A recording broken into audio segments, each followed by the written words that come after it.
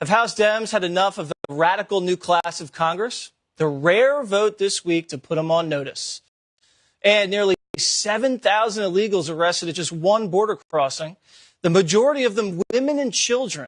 So why are Democrats saying there's not a national emergency?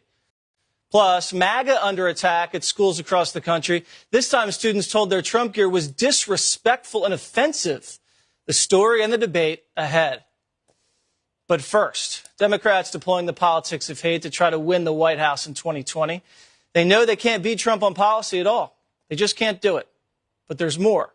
This is what they're calling a crisis, not the influx of illegal immigrants rushing across the border. No, what constitutes a crisis to Democrats is an actual made-up scenario of Trump creating darkness. Watch this. Donald Trump wants to divide us up based on the color of our skin. This is a time, my friends, when fundamental rights, civic virtue, freedom of the press, the rule of law, truth, facts, and reason are under assault. And make no mistake, we are living through a full-fledged crisis in our democracy. I realize that what's happening in this country is devastating. I mean, President Trump has created such division, such darkness, such hate. Joining me now is Dan Bongino, Fox News contributor and host of the Dan Bongino podcast. Leo Terrell, a civil rights attorney, and Star Parker, president and the founder of the Center for Urban Renewal and Education. Dan, hate is on the right. The last time I looked, it was the left that was firebombing limousines at the inauguration. Hollywood's decapitating the president. You know, they're calling him a traitorous Nazi. Wherever I look, most of the hate's on that side, not on the right. Yeah, Jesse, I just got done watching Sean's show where they had a college kid on who got decked in the face by a Berkeley kid who was upset he was recruiting for a conservative ballot. I mean, it's almost ridiculous. But there's a tactical reason the Democrats do this. They took a twofold strategy years ago, right? They understand that their ideas only appeal to a limited portion of radicals: high taxes, government-controlled health care, a monopoly on public education. So what did they do, Jesse? They knew they couldn't get you to vote for their ideas.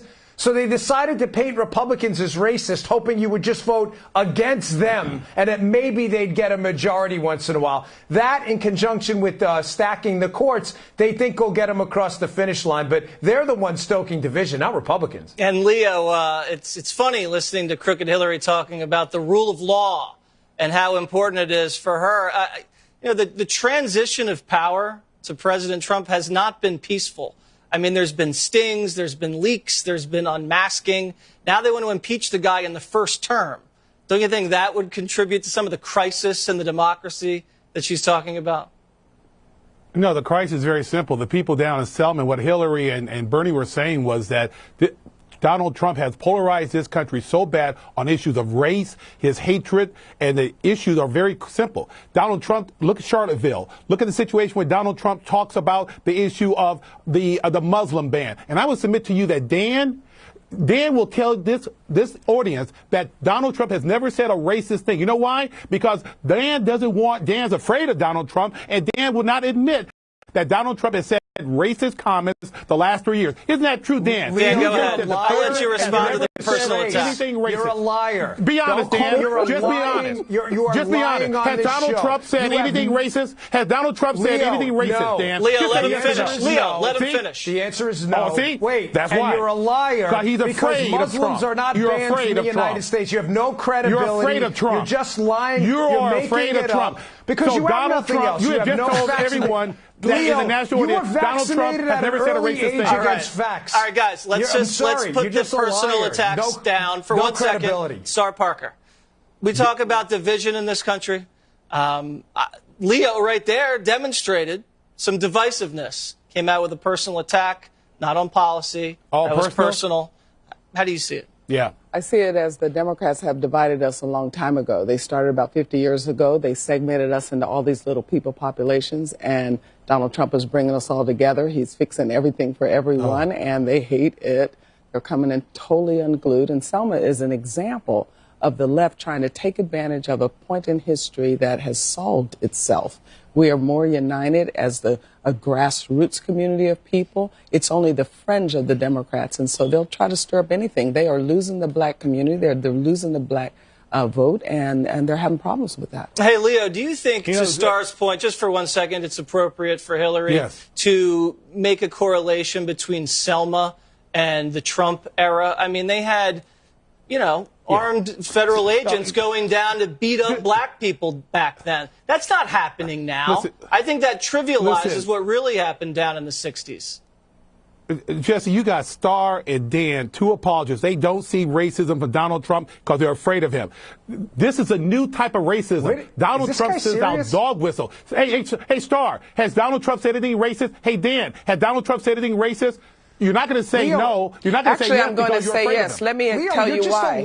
Let me tell you what he did say racist. That had anything to do with race. No, Dan, let me address that. Let Starr address it. Because this is important. Actually, he has focused on the racial problems in our country by building out these opportunity zones now. We have 8,700 opportunity zones where he's going into the most critical areas in our country and trying to fix them. When he made a political promise to the black community that he was going to fix the inner cities, he was serious about it, and he's done that. Actually, he's also helped us by appointing judges that are now trying to look at. You're an apologist. You can call it what you want to, black people. but I tell you one thing. You don't speak for me.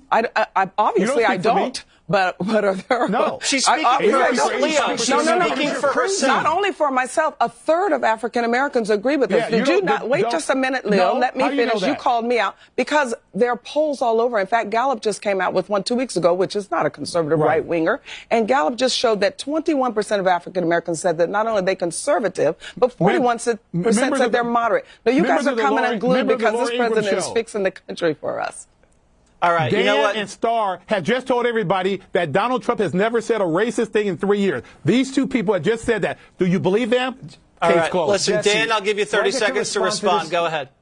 Okay, Leo's clearly insane. I don't know how he managed to bypass the Booker. This guy's out of his mind. I'm sorry. But Donald Trump, there has never been an allegation that Donald Trump was a racist until he ran for president as a Republican. Leo is nuts. He's race-baiting people on the show. He has no evidence of anything he's saying being true. And he just lied to the audience saying that Muslims are banned from the United States. I was unaware of that. Because if you're Muslim, you're allowed in the United States like anyone else. He's making that up to bait me and Starr into a debate because he has no facts, because he's been vaccinated against facts at an early age like every other liberal. All he has is this garbage nonsense that Donald Trump is a racist. It's disgusting. It's disgraceful. He should be embarrassed for saying it. All right, Leo, we're going to move on to another subject. Yeah. We're going to give you another shot at this, okay? Because we're going to change topics, all right? Stay with us.